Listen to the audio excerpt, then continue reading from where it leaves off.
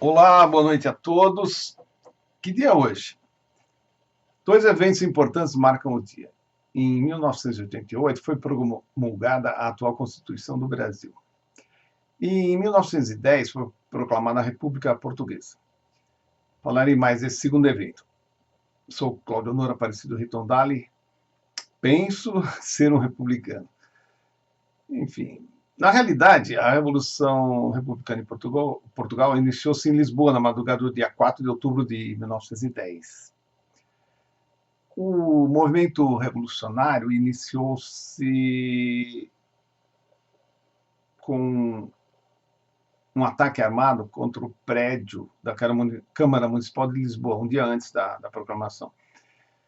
E, apesar de alguma resistência, o exército fiel à monarquia não conseguiu conter e nem derrotar, né, muito menos derrotar os revoltosos, que, por intermédio de José Relves, um dos líderes, né, daquele movimento, acabaram por proclamar a República na manhã de 5 de outubro de 1910, mesmo dia em que o Dom Manuel, né, que era o rei da época, e a família, foram embarcados para o exílio. Os historiadores atribuem a vários fatores a eclosão desse movimento revolucionário. Primeiramente, a subjugação do país, né, aos interesses britânicos. Depois, os gastos da família real, o poder da Igreja Católica, a instabilidade política e social, e um sistema de alternância de dois partidos no poder, os progressistas e os regeneradores. A verdadeira ditadura de João Franco, que era uma espécie de primeiro-ministro na época, e que quem efetivamente mandava, né, em Portugal, e a aparente incapacidade do governo da época de acompanhar a evolução dos tempos, de se adaptar à modernidade, né? Tudo isso contribuiu para um processo que acabou eclodindo na erosão da monarquia portuguesa. Nas últimas décadas do século XIX, só para vocês terem uma ideia, a distribuição de renda em Portugal era muito, muito ruim. A maioria do povo vivia com grandes dificuldades. Os pobres, que seriam os operários nas cidades, os trabalhadores rurais, eles viviam em muita dificuldade e estavam cada vez mais pobres, enquanto os muito ricos aumentavam ainda mais a sua fortuna. O descontentamento foi crescendo até que em 1876 foi formado o Partido Republicano, com uma propaganda que foi crescendo, provocando apoios até nos militares. E em 31 de janeiro de 1891, deu-se no Porto a primeira revolta armada contra a monarquia, mas que não foi vitoriosa porque a Guarda Civil da cidade, que era a favor da monarquia, ela conseguiu conter os revoltosos. Em 1º de fevereiro de 1908, em Lisboa, aconteceu um atentado contra a família real, que foi o mais grave evento histórico ligado a esse movimento da República contra a monarquia, e no qual, né, foram assassinados o rei Dom Carlos e o príncipe herdeiro, seu filho Luiz Felipe.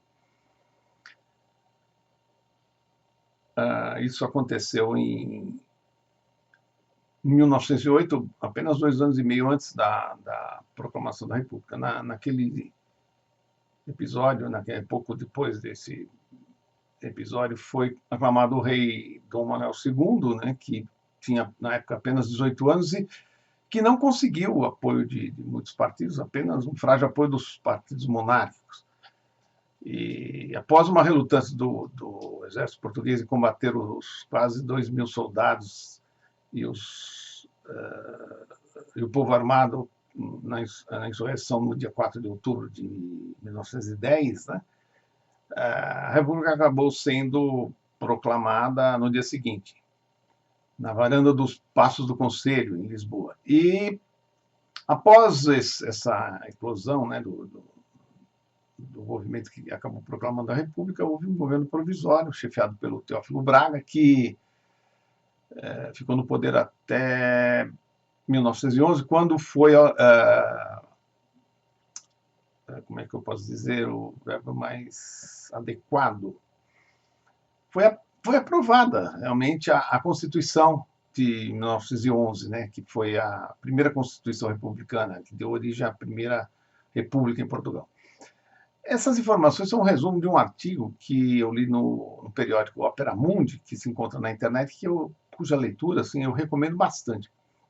Então, a República em Portugal tem apenas 113 anos, né, muito jovem, então dou os parabéns aos nossos amigos portugueses.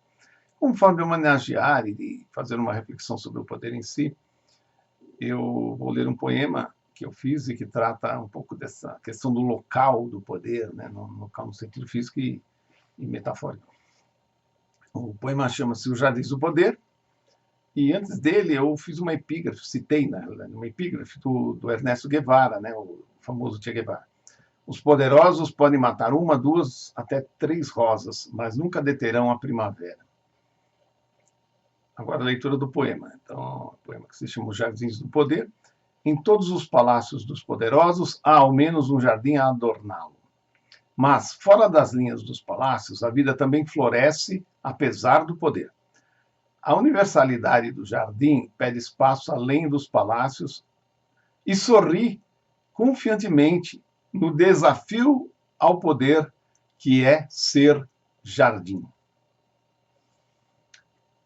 O poema encontra-se no meu livro Jardins e Poesia, que foi publicado em 2009. Eu espero que vocês tenham apreciado e, para quem gostou, eu gostaria de pedir o gostei no YouTube.